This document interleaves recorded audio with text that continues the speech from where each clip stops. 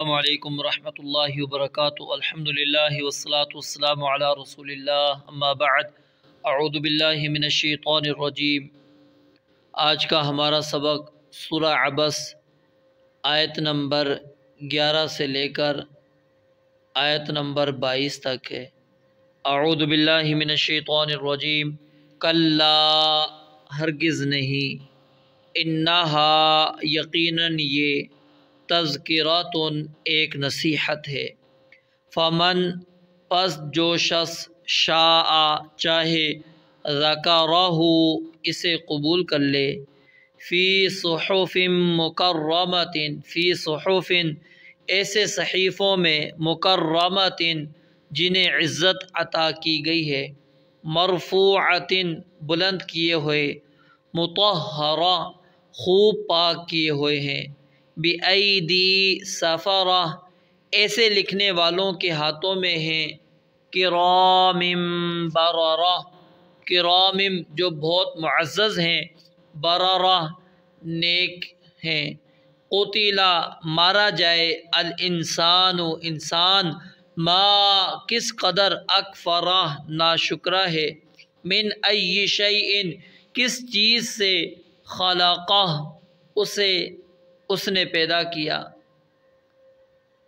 من نطفہ، ایک قطرے سے، خلقہ، اس نے اسے پیدا کیا، فقدرہ، پھر اس کا اندازہ مقرر کیا، ثم السبیل یسرہ، پھر راستہ، یسرہ، اس کے لیے آسان کر دیا، ثم، پھر، اماتہ، اسے موت دی، فاقبرہ، پھر اسے قبر میں رکھوایا، ثم، پھر، اذا، جب، شاء، وہ چاہے گا، انشرہ، تو اسے اٹھائے گا۔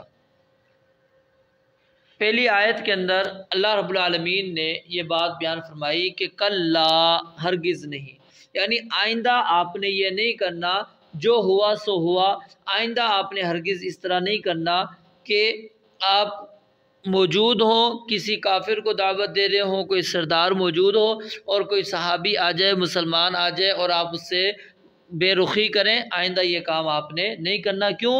انہا، تذکرہ، یہ قرآن کریم ایک نصیحت ہے جو ہر خاص اور عام کے لیے ہے، اس میں کسی ایک کو دوسرے پر ترجیح نہیں دینی چاہیے۔ جو نصیحت قبول کرتا ہے اس کا اپنا فائدہ ہے، جو متکبر ہے نصیحت کو قبول نہیں کرتا تو آپ بھی اس کا پیچھا چھوڑ دیں، آپ اس کی فکر نہ کریں، آپ ان لوگوں کی طرف توجہ کریں جو آپ کی بات کو قبول کرتے ہیں۔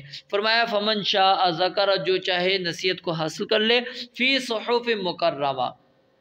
اب ان آیات کے اندر اللہ تعالیٰ نے قرآن مجید کی عظمت کو بیان کیا ہے کہ قرآن کریم ایسے اوراق کے اندر لکھا ہوا ہے، مکرمہ، جن کی عزت کی جاتی ہے، یعنی جو بلند شان والے ہیں، پاک ہیں، اور اس سے مراد قرآن مجید کے وہ اوراق ہیں جن میں سے فرشتوں نے لوح محفوظ سے نقل کر کے لکھا، اور وہ بھی جن میں قرآن کے کاتب یعنی صحابہ کرام رضوان اللہ علیہ مجمعین نے رسول اللہ صلی اللہ علیہ وآلہ وسلم سے سن کر لکھا، اور اسی طرح وہ بھی جن میں ان سے نقل کر کے لکھا گیا اور قیامت تک لکھا جائے گا، یعنی جو آج موجودہ قرآن بھی ہمارے پاس موجود ہے۔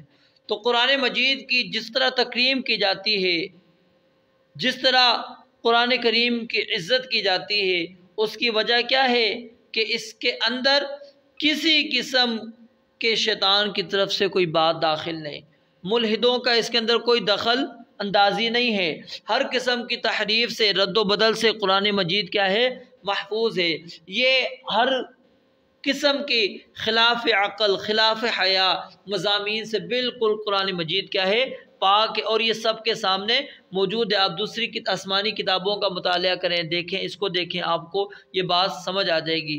تو جب بھی قرآن مجید کو آپ پڑھتے ہیں تو اس کی عزت کریں، جب آپ اٹھاتے ہیں، رکھتے ہیں، تلاوت کرتے ہیں، الغرض ہر وقت، ہر موقع پر قرآن مجید کے ادب کو ملحوظ رکھنا چاہیے، اور جب قرآن مجید کی کوئی بات آ جائے تو پھر کسی کی بات اس پر مقدم نہیں کرنی چاہیے۔ تو اللہ رب العالمین نے فرمایا فی صحف مکرمہ، یہ ایسے صحیفوں کے اندر ہیں جو عزت دیے گئے ہیں، مرفوعۃ، مطہرہ، جو بلند کیے ہوئے ہیں، خوب پاک کیے ہوئے ہیں، بِأَيْدِي سَفَرَا، یہ سفرا سافرون کی جمع ہے، اس کا معنی کیا ہوتا ہے؟ لکھنے والا، اور صفرون سین کے زیر کے ساتھ اس کا معنی کتاب ہوتا ہے، اور اس کی جمع آتی ہے اسفال، جو کہ سورہ جمعہ آیت نمبر 5 کے اندر یہ لفظ استعمال ہوا ہے، یحملو اسفارا۔ تو اس آیات میں اللہ تعالیٰ نے قرآن مجید کے لکھنے والوں کی تعریف کی ہے، چاہے وہ فرشتے ہیں یا وہ کاتبین وحی ہیں جو رسول اللہ صلی اللہ علیہ وسلم کے صحابہ ہیں یا دوسرے ہیں، قیامت تک آنے والے سب لوگ اس کے اندر شامل ہیں۔ اور صرف یہ نہیں، اس کا پڑھنا پڑھانا بھی سب سے بہتر اور سب سے نیک عمل ہے۔ رسول اللہ صلی اللہ علیہ وسلم نے فرمایا کہ خیرکم من تعلم القرآن وعلمہ، کہ تم میں سے سب سے بہتر وہ ہے جو قرآن مجید سیکھے اور سکھائے۔ اور اسی طرح سفرہ یہ سفارتن سے مشتق ہے، اس سے مراد کیا ہے؟ فرشتے، کیونکہ وہ اللہ تعالیٰ اور اس کے رسولوں کے درمیان سفیر کی حیثیت سے ان کے پاس وحی لے کر آتے ہیں۔ آگے اللہ رب العالمین نے فرمایا قتل الانسان ما اکفرا، کہ ان متکبر انسانوں کے لیے تباہی بربادی ہو، یہ قتل کر دیے جائیں، مارے جائیں، ما اکفرا، کہ کس قدر ناشکرے ہیں یہ اللہ رب العالمین کی اتنی نعمتیں، اور اس کے باوجود یہ ناشکریاں کرتے ہیں، یہ قرآن پر ایمان نہیں لے کر آتے۔ پھر آگے اللہ رب العالمین نے فرمایا من ای شیء خلقا، یہ ذرا غور کریں، جو تکبر کر رہے ہیں، یہ ناشکری کر رہے ہیں، ان کو کسی طرح زیب نہیں دیتی، کس چیز سے اللہ تعالیٰ نے ان کو پیدا کیا؟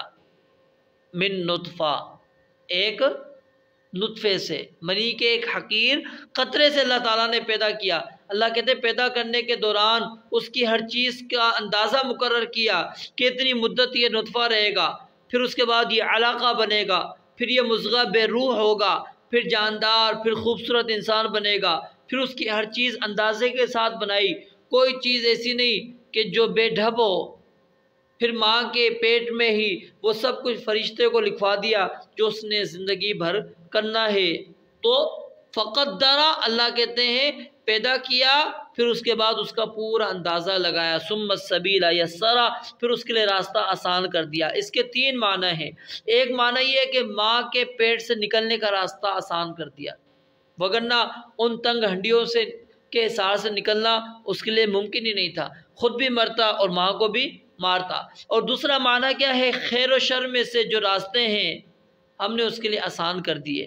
اور تیسرا معنی یہ کہ صحیح راستے کی پہچان اس کے لیے ہم نے آسان کر دی۔ اب وہ چاہے کس راستے پر چلتا ہے، اس کو چاہیے کہ وہ اپنے پیدا کرنے والے پر ایمان لائے، لیکن اس کے پاس یہ اختیار ہے۔ اللہ رب العالمین نے یہ تینوں معنی یہاں پر درست ہو سکتے ہیں، لیکن زیادہ راجح بات یہی ہے کہ پہلا معنی ہے کہ اللہ رب العالمین نے باہر نکالنے کا راستہ آسان کر دیا۔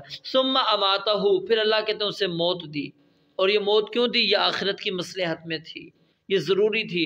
پھر اس کے بعد فاقبرہ، اس کو قبر میں رکھوایا، اس کو قبر میں رکھوایا۔ اگر یہ احسان نہ ہوتا، جانوروں کی طرح وہ زمین پر پڑا رہتا تو متعفن ہو کر، بدبودار ہو کر اللہ کی مخلوق کے لیے باعث آزار بن جاتا، وہ اس کی پھر بے حرمتی ہوتی، بے پردہ ہوتا، پرندے درندے اس کو نوچتے، تو اللہ رب العالمین نے اس کو کیا ہے؟ اقبرہ، قبر میں رکھوایا۔ ثم اذا شاء انشرہ، پھر جب رب العالمین چاہے گا اس قبر سے اس کو اٹھائے گا، اور جہاں پر جب بندہ مر جاتا ہے جس حالت میں بھی وہی اسی کی قبر ہے، وہی اس کی قبر ہے۔ اور یہ اللہ رب العالمین نے کیوں یہ ساری چیزیں بیان کی؟ اس لیے کہ کوئی بندہ بھی یہ نہ سمجھے کہ میری پیدائش ایسے ہی بیکار ہے، فضول ہے، نہیں، بلکہ یہ اس کا مقصد ہے، اور وہ کیا ہے؟ اللہ رب العالمین کی عبادت ہے۔ رب العالمین سے دعا ہے اللہ تعالیٰ سمجھنے اور عمل کرنے کی توفیق عطا فرمائے۔ وآخر دعوانا ان الحمدللہ رب العالمین۔